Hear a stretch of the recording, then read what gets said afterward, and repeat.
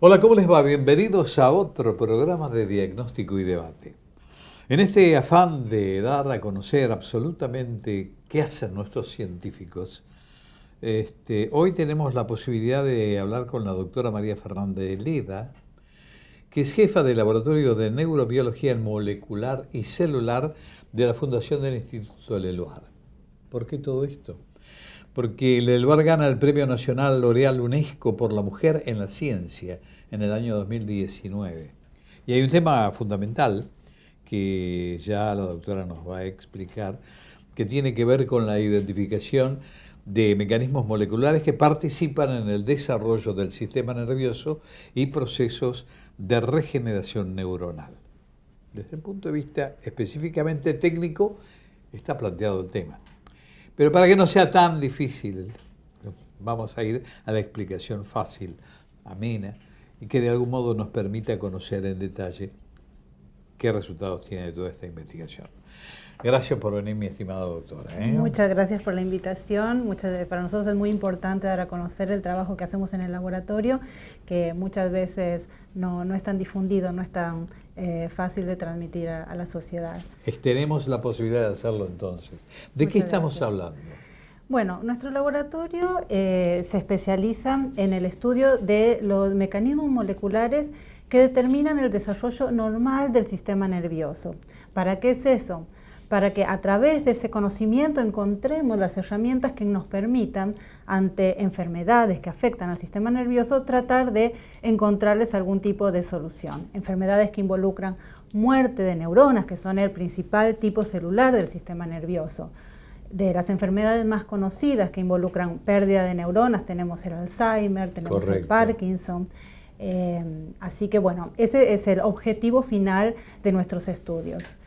Pero bueno, para eso lo que hacemos es tratar de entender cómo se desarrolla normalmente este sistema, el sistema nervioso, que es un sistema muy complejo, que está formado, como le dije, el principal tipo celular que lo forma son las neuronas, que tenemos millones de neuronas en nuestro cuerpo que están conectadas entre sí a través de redes muy complejas. Y si bien este tipo celular, las neuronas, comparten muchas características similares, hay poblaciones que son muy diferentes entre sí.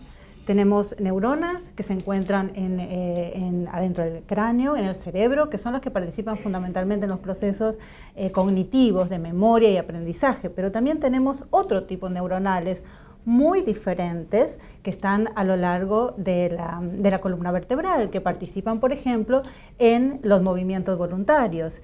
Y también tenemos otros tipos neuronales que nos permiten detectar los estímulos externos, las sensaciones, el dolor, o hacer movimientos involuntarios, como es controlar el movimiento del corazón. Entonces, esas diferencias entre los distintos tipos neuronales que forman nuestro organismo es lo que nosotros tratamos de entender.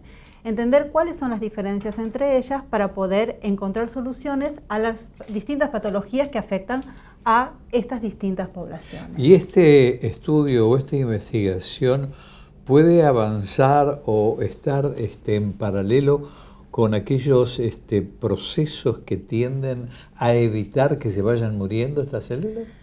Sí, por supuesto. Nosotros dentro de nuestro campo estudiamos cuáles son los factores que estas células inicialmente durante el desarrollo embrionario necesitan para empezar a adquirir esas características diferentes, para poder sobrevivir. Y una característica esencial de las neuronas es que tienen prolongaciones a través de las cuales se comunican, y es muy importante entender cómo esas prolongaciones crecen y contactan con otras células.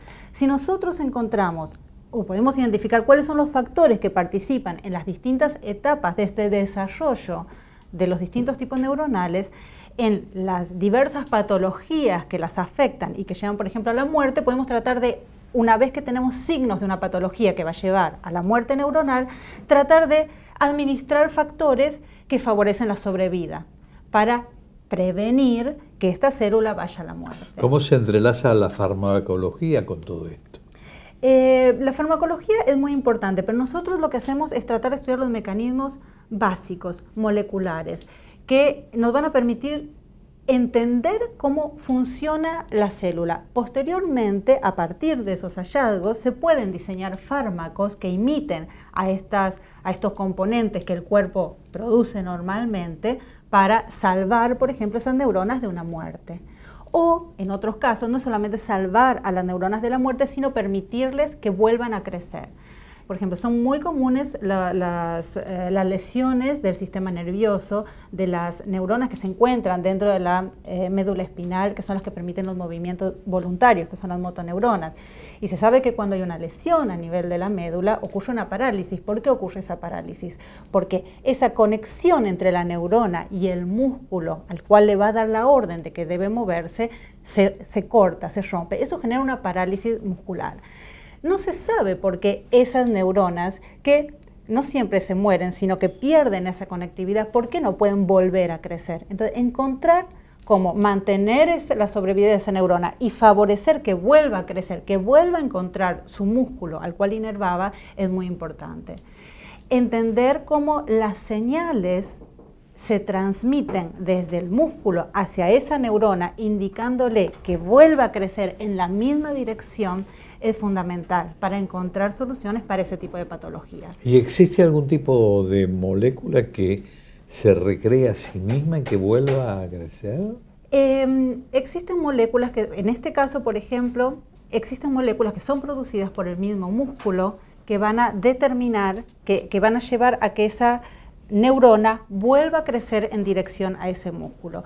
Una de las moléculas en las que nosotros trabajamos es justamente una molécula producida por el músculo. La neurona tiene receptores y trata de crecer, pero existen algunos tipos de impedimentos que le permiten crecer. Entonces nosotros tenemos que tratar de buscar cuál es ese impedimento que hace que no pueda volver a crecer en respuesta al factor liberado por el músculo. ¿Sí? Hay muchos trabajos que se están haciendo. Esta es una molécula que se llama factor de crecimiento derivado de la glía o GDNF, es uno de los factores en los que nosotros trabajamos. En general trabajamos en un conjunto de moléculas que se llaman factores neurotróficos, factores que favorecen el crecimiento neuronal. Y si bien hay algunos ensayos clínicos que se han hecho con estas moléculas, es muy complicado todavía administrarlas en pacientes. No se ha visto que haya efectos todavía en pacientes. Por eso es mucho todavía el trabajo básico que hay que hacer para poder entender cómo funcionan y por qué estas moléculas cuando se administran a pacientes todavía no están funcionando. Ahora, sabiendo que se tiene el trabajo de ustedes para poder llegar a concretarse requiere fundamentalmente la intervención del ANMAT, ¿no? Nosotros no? Todavía no. Todavía no, estamos en etapas preliminares, etapas básicas en las cuales trabajamos con células derivadas fundamentalmente de animales. Hacemos muchas pruebas trabajamos tanto en células en cultivo, o sea, células mantenidas en condiciones que podemos manipular muy fácilmente, no en el animal, sino células que se toman del animal y también en modelos animales de ciertas patologías. Primero, nuestro trabajo en sí como biólogos que hacemos investigación básica es esta etapa. Una vez que uno encuentra un factor que puede ser utilizado para la regeneración, ahí recién se pasa a la comunicación con los clínicos, claro, y ahí recién serán necesarios los permisos del ANMAT. Ahora, de acuerdo a su criterio y de acuerdo a esta investigación, ¿en qué estadio estamos como para decir, bueno, estamos adelantados, estamos a medio camino, nos falta? El sistema nervioso en sí es muy complejo. Absolutamente. Es muy complejo. Y como le decía, hay distintos tipos celulares, además de las neuronas, que participan en todo este proceso.